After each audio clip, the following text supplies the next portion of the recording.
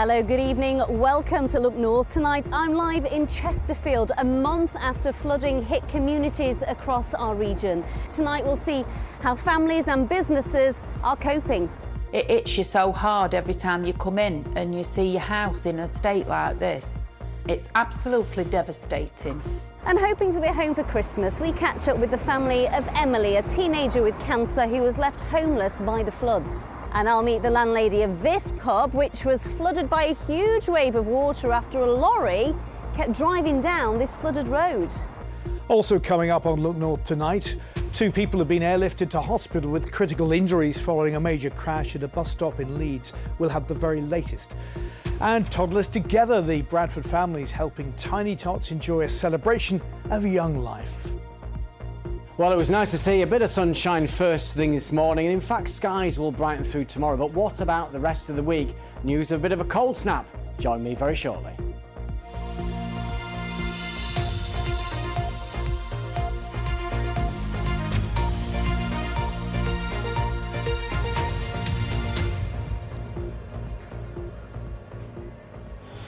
Hello, good evening. Welcome to the Anchor pub in Chesterfield. It's a month since flooding devastated this place and hundreds of businesses and homes across our region.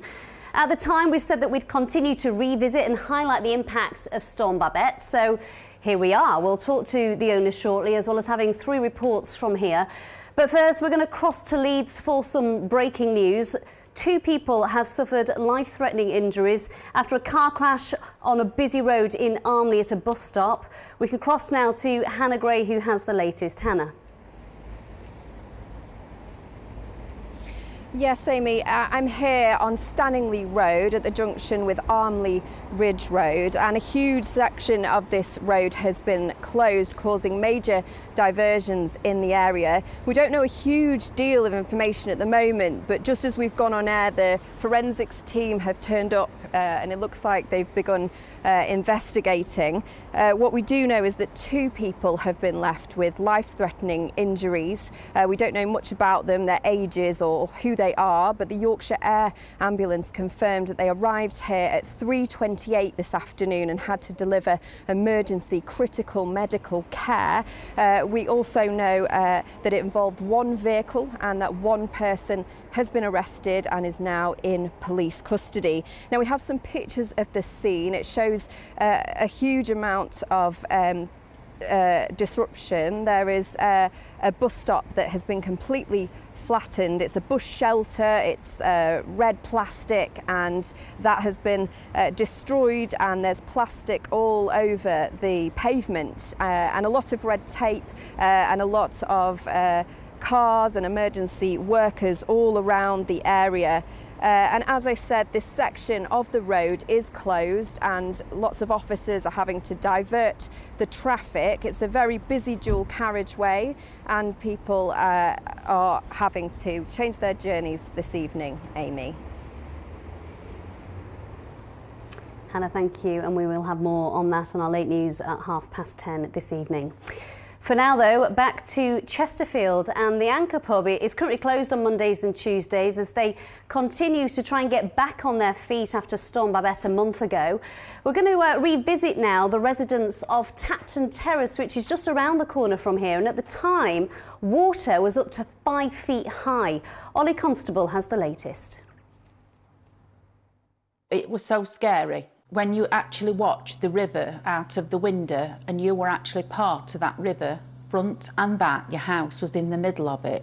It was unbelievable. I have marked it. You can actually see in the window here. In just a couple of hours, Stephanie Winnard's home would be underwater. The river Rother behind their house overtopped, leaving their neighbour Maureen dead, and properties on Tapton Terrace decimated. 5'2" of water in your house, every single thing gone below that. It's absolutely devastating. Still very stressful. Every time you come down, it's very, very stressful. Came down after Maureen's funeral and it hits you so hard every time you come in and you see your house in a state like this. It could be months before Lisa and her neighbours on Tapton Terrace could return home. Her house is still being dried out, That'll come on now, with almost all of the downstairs needing to be replaced. And it's a similar story for her neighbour, Lisa. Her furniture is still in her home as the loss adjusters have been too busy to get round to her house. It's like seeing all the stuff that you've bought and you've worked hard and you've put it together and all your ideas, and it's just gone. It's just literally disgusting, and it's all turned to trash, really. It's all rubbish. Last photos that my mum had of her grandchildren. Paul Gilbert found his mum Maureen dead in her home. She'd lived on Tapton Terrace for 83 years and saw many other major floods. But he says residents living here now need help getting hold of grants. We have been let down again. It's also taking too long for it to come through.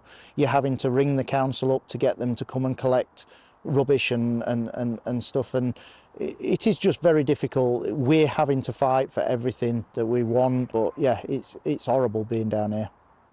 For many, they'll spend Christmas living in temporary accommodation as the area is slowly cleaned up. The council says it is supporting those who have been displaced, and the flood of 2023 will live long in the memories of people here. Ollie Constable, BBC Look North.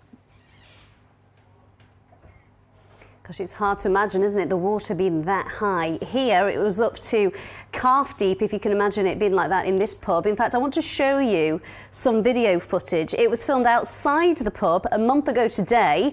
You can see a lorry that's driving through deep water, which pushes a wave further into the pub, which was already submerged, and it also knocks a car into the side of the pub. That car belonged to the landlady here, Lainey Rawson, who joins me now. Lainey, it's safe to say that was not a good day for you, was it? No. Just explain to me, what was it like here a month ago today? It almost feels like it didn't happen. It was such a bizarre day and week. Just turned up to work for a normal day, taking deliveries, cleaning the beer lines. Within a matter of 2 hours, we was completely underwater. Gosh, and it came from the basement upwards? Yeah, so we flooded up from the cellar as well as in from street level. And how have you managed to get it to this stage? Because looking at it, you'd think nothing had happened.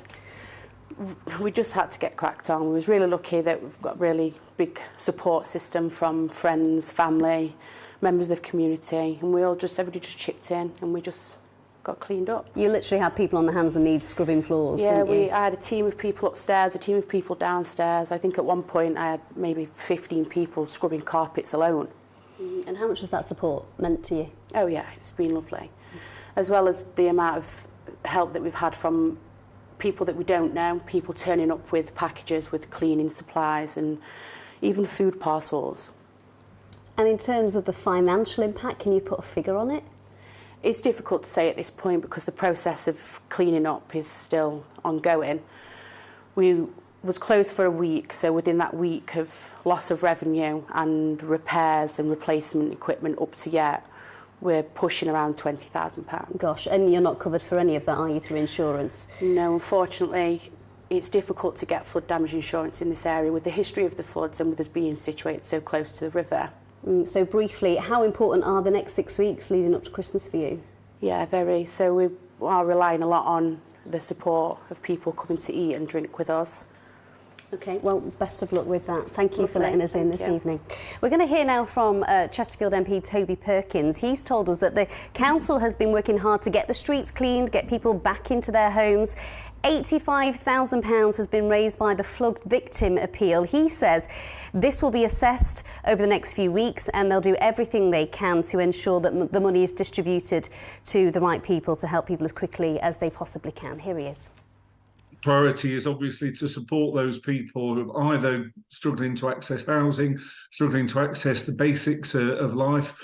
And secondly is to be working with the authorities to identify what happened in this case. Could anyone have done anything to prevent it with what is currently available, and what further steps can be taken to try and protect these properties in future? 50 homes there had to be evacuated, and sadly for many it was history repeating itself because that area had been flooded 16 years ago. We're going to cross now to Tom Ingle, who can see how people are coping there. Since floods hit the Edens family home in Chesterfield, they've been living in a hotel. For them, there's an extra sense of urgency to complete the repairs on their house. 18-year-old Emily has terminal cancer. With my cancer and everything, I know it's terminal, I know there's no cure or anything like that. I think it's a shock. I would prefer it if we was at home. The house was submerged under 5 feet of water and totally wrecked. The ground floor has to be gutted and refurbished. Flood damage can take months to fix. Builders here are working as fast as they can, but the family still have worries about the risk of future flooding. She said to me, Dad, if I come back home, obviously I'm in an hospital bed downstairs, what if it floods again and I'm there in that bed? Now, it could be middle at night. What do we do? This was 5 foot deep. Well, it's not rocket science what the outcome will be. Emily has a hospice bed in her hotel to make her as comfortable as possible. She's recently been back in hospital for chemotherapy, but she wants to spend the precious time she has left at home with her loved ones. Do you know a date where you think, well... I'm hopeful for 23rd of December this year. My energy comes from fighting this for Emily, to get this Emily back in this house. Obviously, as a dad, I can't cure the cancer, but I can make sure she's got a house to come to. That, of course, was the father of Emily Eden from Claycross. Now, Emily has terminal cancer, and although we've been touched by many stories since the flooding hit a month ago, that was one that really touched the hearts of many of us, and we're really fingers crossed and hope that Emily can be home for Christmas, and we'll keep you updated on how she gets on.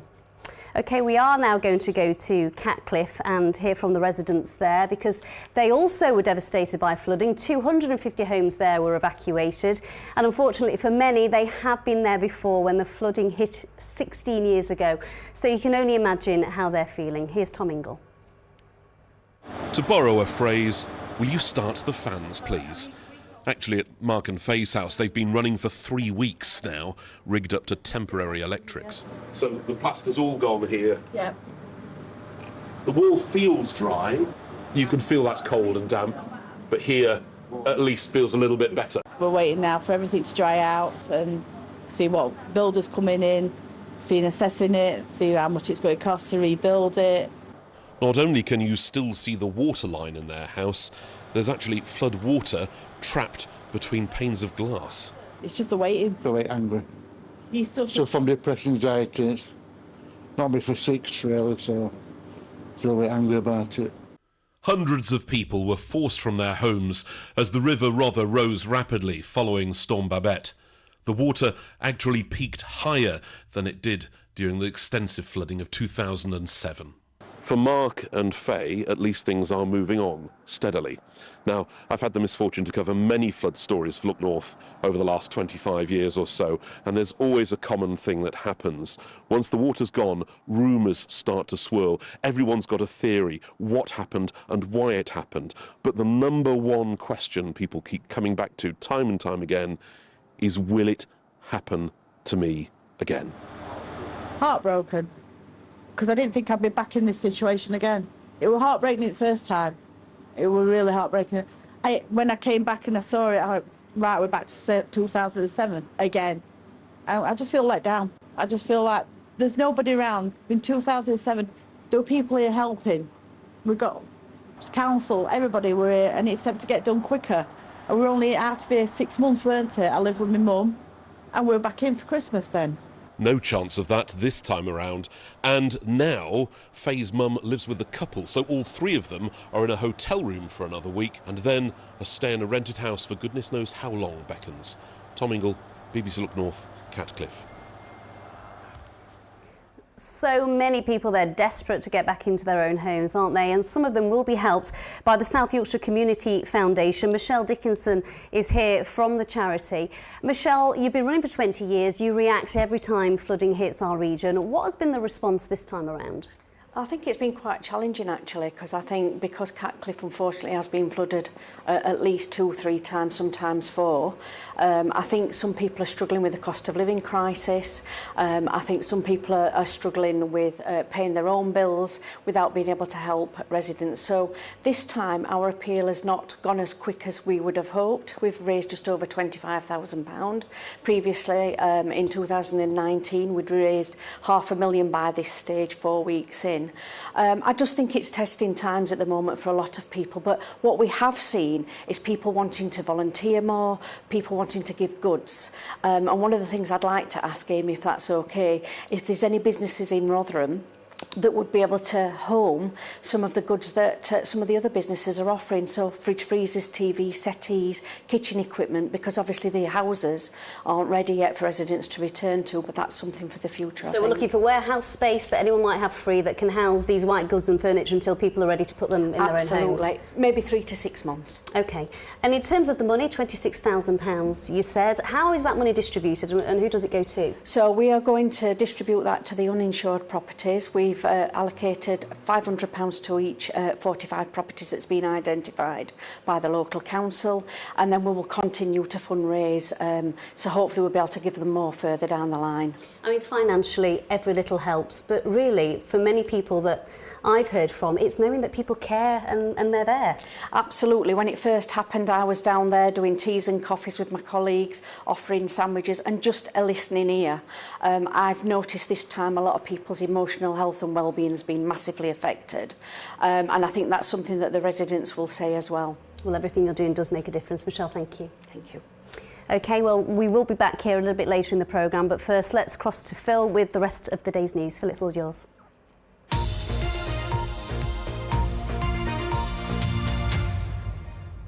Amy, thank you. West Yorkshire has been announced as England's 3rd investment zone.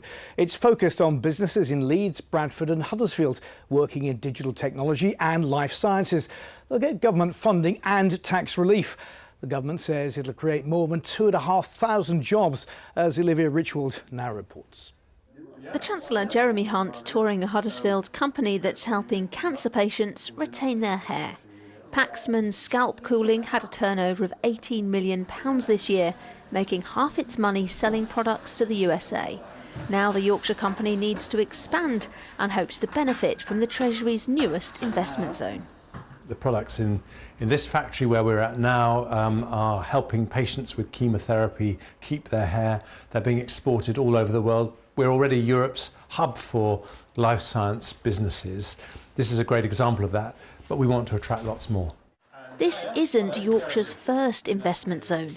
The county and the country's first was launched in South Yorkshire in July. That's one focused on advanced technology, and its clients include Boeing. The scheme offers companies within the zone tax relief and investment. But Boeing's making $3.5 billion last year. Does it really need tax relief on national insurance contributions? Well, we will do what it takes to attract the biggest, best companies offering the best paid jobs, the training that are going to raise the productivity, the salary of people in Yorkshire and all around the country. So I don't apologise for putting incentives on the table to attract these businesses from all over the world.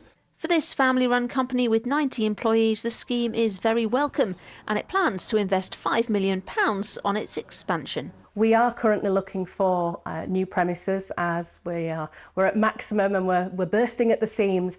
Plus we have a new device as well, which we are currently trialling, and so manufacturing space for that is required. So that is going to massively help us to be part of that investment zone. The West Yorkshire Investment Zone will be administered by the Mayor, working in partnership with local universities. The idea being to create more highly skilled, well-paid jobs in the county. Here in West Yorkshire, devolution's working, and it's great to see government backers and working with local authorities and businesses and universities. We've been able to unlock £80 million worth of investment for Bradford, for Leeds and here in Huddersfield, and that will create over 2,500 well-paid jobs for local people, which is a real success. The new investment zone will last for 10 years, with £160 million of government funding and tax relief on offer. Olivia Richwald, BBC Look North, Huddersfield. A man's been arrested on suspicion of murder after a woman died in Dewsbury. Police were called to a house in Ravensthorpe just before 7 o'clock last night, where a woman in her 20s was found with serious injuries. She died shortly afterwards. Police say they launched a large-scale operation resulting in the arrest of a man aged 35. They're not looking for anyone else. Plans to increase the number of trains that run between Huddersfield and Penistone and Sheffield have taken a step forward. The government has announced £48 million of funding for the Penistone line so that more services can operate on the route. The line links rural villages in Kirklees with Penistone, Barnsley and Sheffield and currently has an hourly train service. The Levelling Up Fund will pay for track improvements and station enhancements. On to sport now, and just two of our sides were in action in the Football League this weekend. Bradford City lost 4-2 at Notts County, but Harrogate Town avoided a sixth straight home defeat. A Jack Muldoon goal earned them a point against Swindon Town.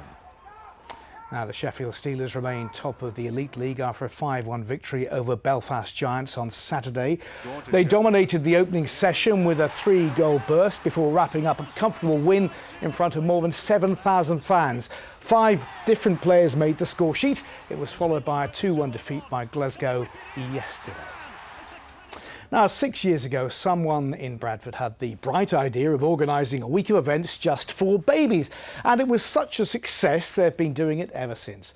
It brings new mums and dads together with their babies to help everyone give the newest members of the family a brilliant start in life. This year, the final event was held at Odstall Stadium, and we sent Cathy Killick to find out more. 500 babies all under one roof. What could possibly go wrong? Well, as it happens, it turns out to be an infallible recipe for riotous fun. It's part of the Born in Bradford Better Start programme, or BIBS for short. Their aim? Give parents the tools to raise happier, healthier babies. We've welcomed families from all over Bradford, taking it out into shopping centres, to community settings. We've done woodland walks, and then today at Odstall Stadium to bring 500 families to engage with lots of different activities.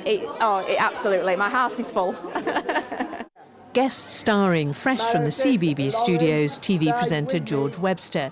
He was here to read from his book, A Sweet Tale Celebrating Inclusion and Diversity. There are lots of ways of talking. You can smile, blink.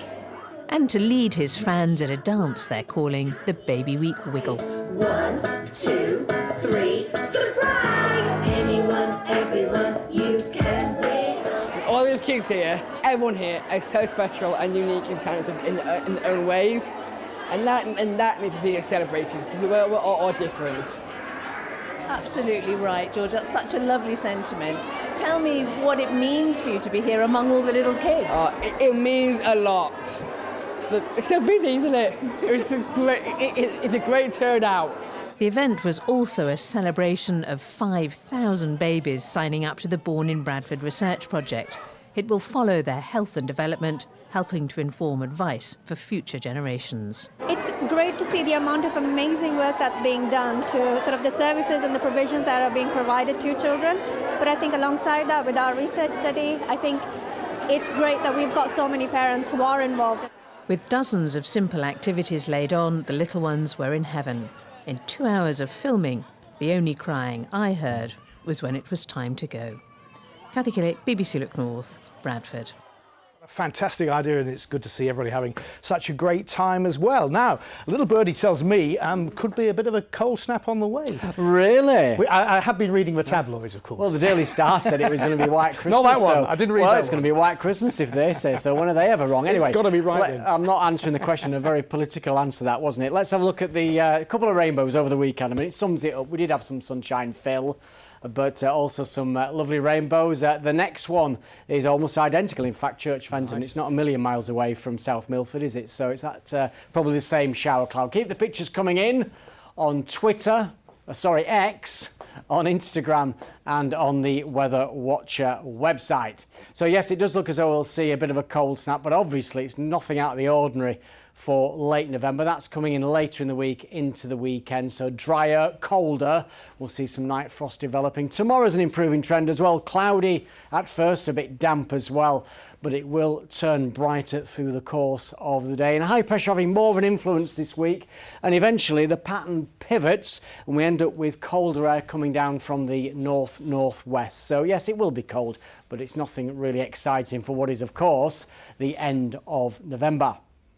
Right, there's the radar picture, and we've still got bits and pieces of rain and drizzle sinking southwards. It's a bit of a miserable evening yet again across the Pennines, and I think we'll continue to see rain and drizzle. There'll be some mistiness, some hill fog over the hills, and these pockets of rain and drizzle continue to sink southwards right through the course of the night. But at least with all that cloud, it's once again going to be frost-free. We'll see temperatures around 7 or 8 degrees. So tomorrow's high water times in Filey at 10:48, Bridlington at just after 11 o'clock. So it's a slow start, a cloudy start, a damp one as well, with overnight rain and drizzle gradually sinking away southwards. You'll notice from the northeast that cloud breaking up. We'll see some sunshine developing, especially through the afternoon, and apart from the odd shower, it should be dry too. Temperatures not far from average, around 10 Celsius. That is 50 degrees Fahrenheit. A little bit further ahead then, on to Wednesday. It's a cloudy day, a little rain and drizzle at first, becoming drier later. Very windy on Thursday, mostly cloudy apart from drizzle over the Pennines, it's dry. And then look, the temperatures sink away into the weekend, but it also becomes dry and much brighter. That's the forecast. Thank you, Paul. We'll have those winter woolies on standby just in case. Indeed. Okay. Now, don't forget to join us tonight with the late news at 10:30. Well, the latest on that major incident in Leeds. 2 people have suffered life-threatening injuries after a serious collision at a bus stop. Now let's go back to Amy in Chesterfield. Amy. Thanks, Phil. You know, it's so strange being in a pub that's this quiet. Lainey says they have lots of regulars and usually they've got a nice crowd on a Monday and Tuesday, but as we mentioned earlier, they're closed at the moment a couple of days a week while they try and come to terms with the damage that's been created by the flood. Christmas is just around the corner. They're really relying on that Christmas trade to get back on their feet. Many people will be out of their homes. Michelle from the South Yorkshire Community Foundation, you're doing something quite special for families this year, aren't they, to try and make it a bit nicer? We are. We're working in partnership with the University of Sheffield, who are fundraising at the moment. All the students are digging deep, and we're going to provide Secret Santa to some of the families that's been affected in South Yorkshire with the floods. Oh, so lovely, because there's so many young families, aren't there, who won't be in their own homes this Christmas time. Absolutely. Some of them will be 6 to 9 months. In fact, in the last floods, we saw 18 months before some families returned to their homes. Gosh, so if anyone wants to help out with that, they just get in touch with the charity. Absolutely. If you get in touch with South Yorkshire Community Foundation, you can Google us. That would be great. Lovely. Thank you very much, Michelle. So that's how you can help. And if you have been devastated by flooding, get in touch and we'll try and tell your story. That's it from us. Good night.